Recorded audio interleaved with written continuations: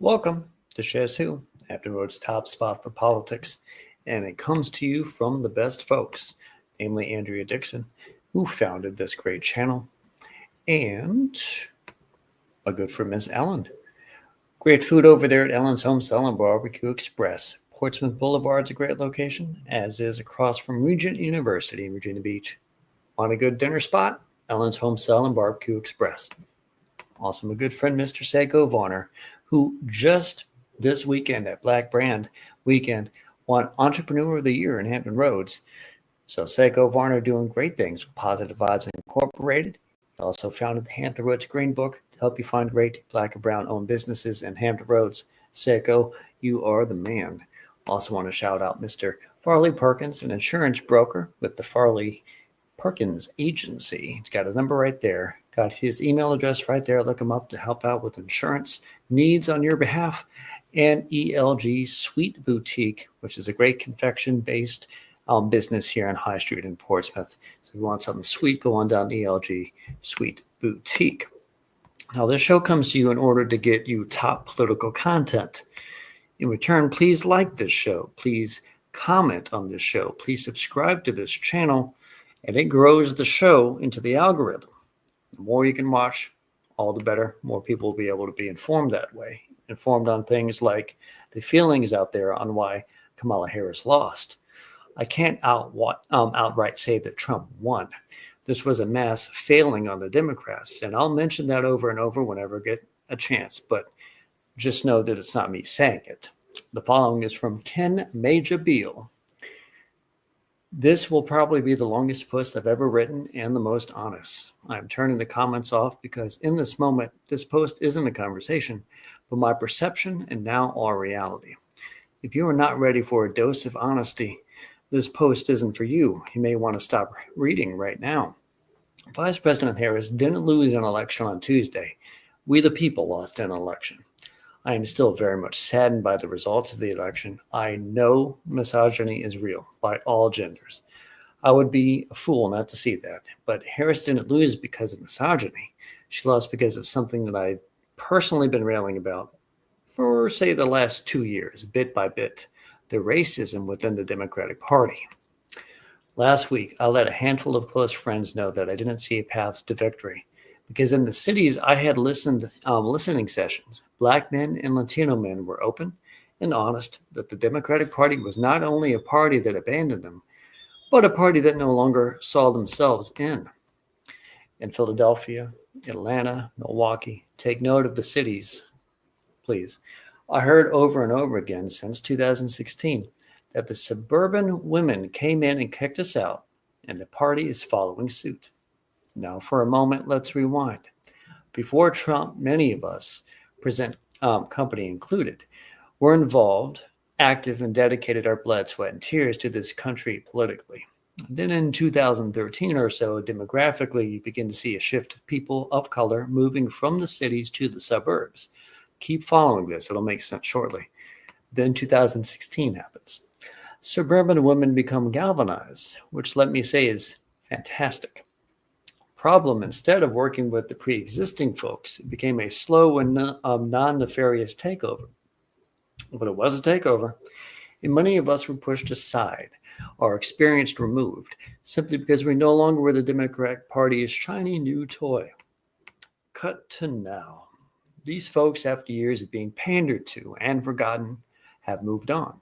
Some have switched parties, as is visible in the uptick in Latinos voting for Republican, and some stayed home.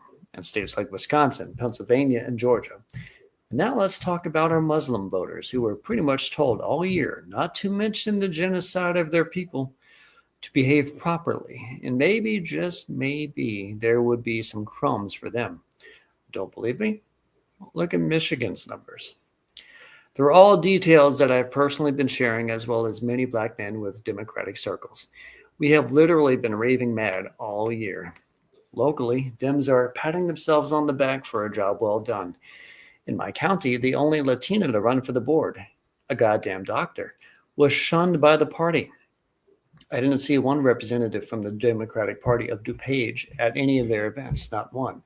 Also, no photo ops with the chair, unlike with other candidates. Not one.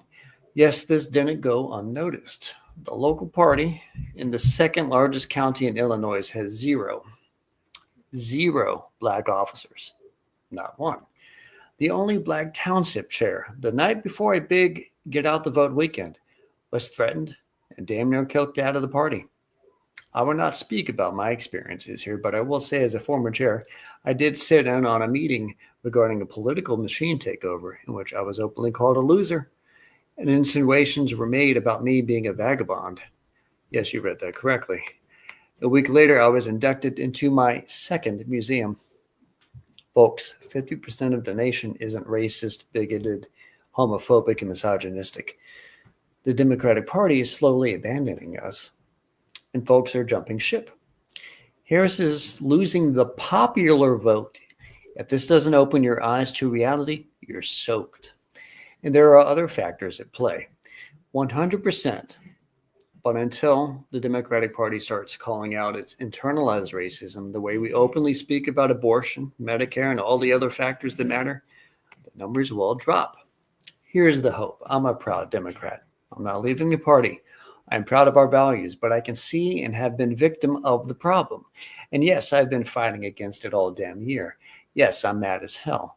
There have been folks who have either said out loud or hinted, if Ken doesn't like the situation, why doesn't he leave? Here's the answer. Read it slowly. If every time a black man, especially one that is not heterosexual, left a situation when faced with adversity, we would cease to exist, you idiots. I'm not leaving. I'm staying, and I want change, but I can't do it alone. I've made the decision with support from members of our national party to continue my work on engaging with our forgotten voters. I'm very much saddened by Vice President Harris's election results, but I'm even sadder that the party allowed this to happen by forgetting and neglecting so many folks that used to be the backbone of this party. My heart is full. However, there is a change coming. We, the people, need to take back our party before we can take back the White House and the Senate. We need to get our base back, and we don't have much time to do it. For those that want to be a part of this, please keep an eye on my page. Lots of stuff coming, both public and private. For those that want to pretend the party isn't turned into a high tea club, continue on your path as well. Just stay the hell out of the way of those that want inclusion. I genuinely have hope for a better America. It starts right here, and it starts right now. No more apologies. Thank you for reading. Sign, your openly uppity fighter, Ken. Here's one from Keisha Preston. Some thoughts before logging out for a mental break. If you ever open your mouth to say Black Lives Matter, but today you're losing your mind in the comment section because you don't like how a local election played out, and you're upset with how black voters chose to vote, congrats. You don't actually like black people. You tolerate us when we're well-behaved, falling in line with what it is that you think we should be doing, and what makes you just about as bad as the people on the right. Number 2, it's still free Palestine. If you're blaming this on people who spoke up about genocide, congrats. You're just as bad as the people on the right. Number 3, elections matter and voting matters, but it always has been the work of grassroots organizers that saved us, not establishments that weren't designed for anyone but cis-het white Christian men to succeed. If you're upset about the outcome, maybe instead of pointing fingers at people, get off your ass and organize. Do the work, be the solution, and give space to BIPOC, queer and trans people to feel how they feel today without your everything is going to be fine bullshit. That's the post. See you in a few weeks. And I have so much content from Adam Bates. I love to share the best ones when I can. I see them all the time. Here's one. Also, if we're back to it's the economy stupid in terms of why the presidential races go how they go, then that means the Democrat heel turn on immigration and genocide was for naught. And they can just, stop doing those hideous things, right? He adds, do you think Harris would have won if she didn't support genocide? No, the evidence doesn't seem to support that, but the evidence is also clear that supporting genocide and being militantly anti-immigrant and promising to let Republicans make policy decisions for her all amounted to jack shit on election day. Someday these folks are going to have to care about something more than they care about winning. People want to vote for something. not just against the other guy. This dim thing of we can do whatever we want, and we don't need primaries, and we don't need a platform. If you don't like it, you're fascist, is plainly not it. A friend named Emily Chaunchier shared an image of pointing out that Rashida Tlaib did nearly twice as well as Kamala Harris in Dearborn, Michigan. She adds, wake up call to those on my feed who are sharing posts that say shit like, America just will never be ready for a woman. It's time for you to get your head around the concept of all kinds of shit being true simultaneously. Because while misogyny absolutely exists and will always factor into the calculus, as long as it's the only lens through which you do your analysis, you will remain oblivious why dog shit candidates like Harris or Hillary Clinton actually lose. Saw this one too. Someone posted New York Representative Tom Suozzi, who is a Democrat out of New York, saying, stop pandering to the far left. Adding, I don't want to discriminate against anybody, but I don't think biological boys should be playing in girls' sports. Here's the comment, though. The person who shared it said, Kamala pledged to be tougher on the border than Trump. She wouldn't ban fracking, pledged allegiance to Israel, and gave no strong support to trans people. Is the far left pandering in the room with us right now? Here's another one from Chelsea Higgs Wise, who shared, if you are someone who is able to overlook a genocide and cast a vote for Harris, then you already understand how a conservative was able to overlook Trump's extremism to vote for him. Shared by Meg Intuturti. Rolling Stone had a post titled, Harris tried to win over Republicans. Democratic support collapsed instead. That's where I got the picture for this video.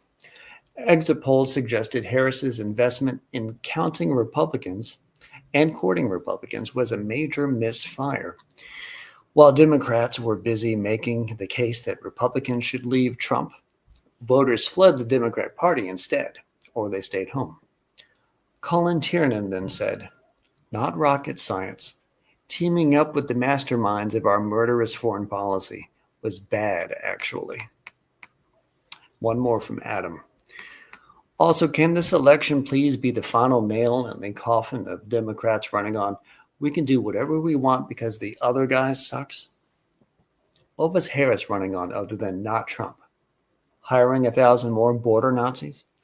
Putting the Cheneys back in charge of the DOD? Letting the GOP make policy decisions? Who the fuck wants any of that?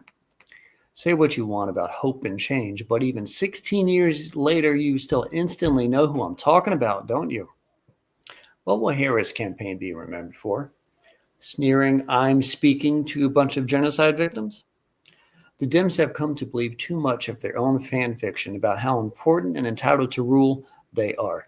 They're offended by the mere suggestion that they have to earn anyone's vote. Hell, we just breezed past the fact that for half of Harris's campaign, she didn't even bother articulating a platform. There was literally nowhere you could go to see what policies she actually was in favor of. Because they don't think you should care. They think it should be just enough to say Trump sucks and I'm the only choice you have, and that means I get to commit genocide and you still have to vote for me. Well, no, obviously no. Resoundingly no. People want to vote for something. Stop being so freaking entitled all the time. You people did nothing to earn that. I'd rather vote for what I want and not get it than vote for what I don't want and get it. Eugene Debs. Here's another post by a person named Randy. Dems are going to look themselves in the mirror, take a deep breath, and tell themselves, we got to get more racist. That one right there, it stings because I remember debating people on Facebook prior to the election, people who were big Kamala Harris stans, including one of the leaders of the Florida Democratic effort to get out the vote, working literally in the Harris campaign, who shared stories about how if the Democrats lose, then they had to move to the right in order to stay competitive. My brothers in Christ, she and the Democrats moved to the center and to the right on incredibly significant issues, immigration, foreign policy, stayed away from identity politics on gender, and didn't highlight an economic agenda that set the world on fire like a New Deal would do. Moral of the story, Democrats, be fucking Democrat. Now remember, like this video, Subscribe to this channel. Catch you next time on SchezzWho.